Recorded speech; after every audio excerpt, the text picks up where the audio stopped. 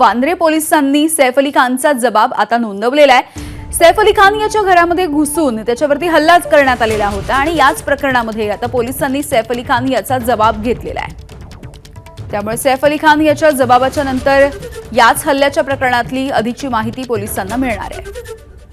तर सैफच्या जबाबामध्ये नेमकं काय आहे आपण बघूयात। नॅनी एलियामाचा आरडाओरडा ऐकून 11व्या मजल्यावरील बेडरूममधून मी आणि करीना बाहेर आलो। जहांगीरच्या बेडरूममध्ये हल्लेखोराला पाहिलं। जहांगीर खूप रडत होता।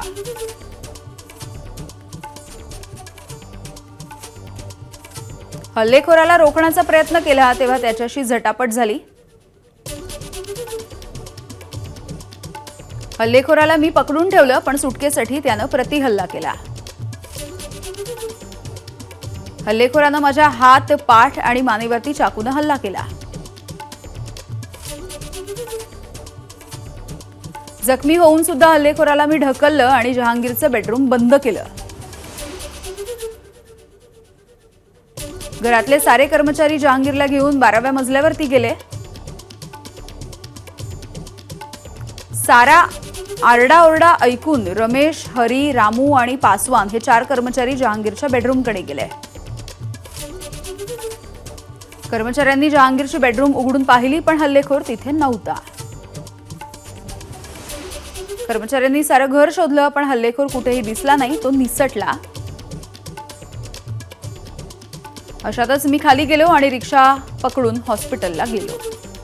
तर एकूणच ही घटना नेमकी कशी घडली आणि हल्ला ज्यावेळेला झाला तेव्हा नेमकं काय झालं होतं हे सगळं आता सैफ अली खाननं पोलिसांसमोर कथन केलंय। सूरज ओझा आमचे प्रतिनिधी आपल्याला माहिती देतात। सूरज, आता जबाब समोर आलेला आहे, वेगवेगळ्या गोष्टींचा उलगडा होतोय।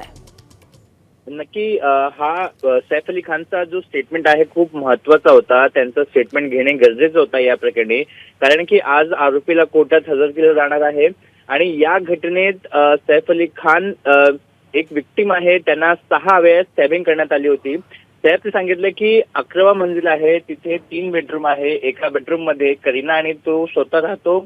दुसऱ्या रूम मध्ये तैमूर त्यांचा जो मुलगा आहे तो आणि तिला बघणारी जी गीता आहे ती राहते आणि चौथ्या जो 3रा बेडरूम आहे त्यामध्ये जहांगीर आणि एलिमा फिलिप राहते। आणि एलिमा फिलिपच्या स्टेटमेंटच्या आधारावर हा गुन्हा दाखल झाला होता, कारण की हा जो आरोपी होता तो एलिमा फिलिप म्हणजे जहांगीर यांच्या बेडरूम मध्ये आढळला होता। ज्यावेळी सैफने म्हणजे ह्यांचा भांडण होत असलेला आणि एक लाऊड नॉईज ऐकला होता, त्यावेळी तो तिथे परत गेला होता आणि त्यावेळी त्यांनी थांबवण्याचा प्रयत्न केला होता, इंटरव्हेन्शन करण्याचा प्रयत्न केला होता। सैफला वाटला होता की कदाचित जो आरोपी आहे तो कोणावरही अटॅक करू शकतो, कारण की त्याच्या हातात वेपन असे दिसत होते, म्हणजे चाकू होता आणि लाकूड सारखा काहीतरी होता।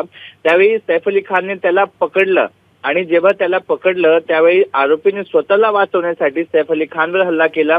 मात्र हल्ला झाल्यावरही देखील, जखमी झाल्यानंतरही देखील सैफ अली खानने त्याला धक्का दिला। धक्का देऊन जेव्हा जहांगीरच्या रूम मध्ये गेला त्यावेळी दरवाजा बंद करण्यात आला आणि सगळे वरती गेले 12वी मंजिलवर। आणि मीनवाईल सैफ अली खान यांना हॉस्पिटल येथे घेऊन गेले आणि जेव्हा बाकीचे जे घरचे कर्मचारी होते त्यांनी जाऊन तो दरवाजा उघडला, त्यांना वाटलं की तो आरोपी आतमध्ये असेल, त्याला आपण पकडू आणि पोलीस स्टेशनला देऊ।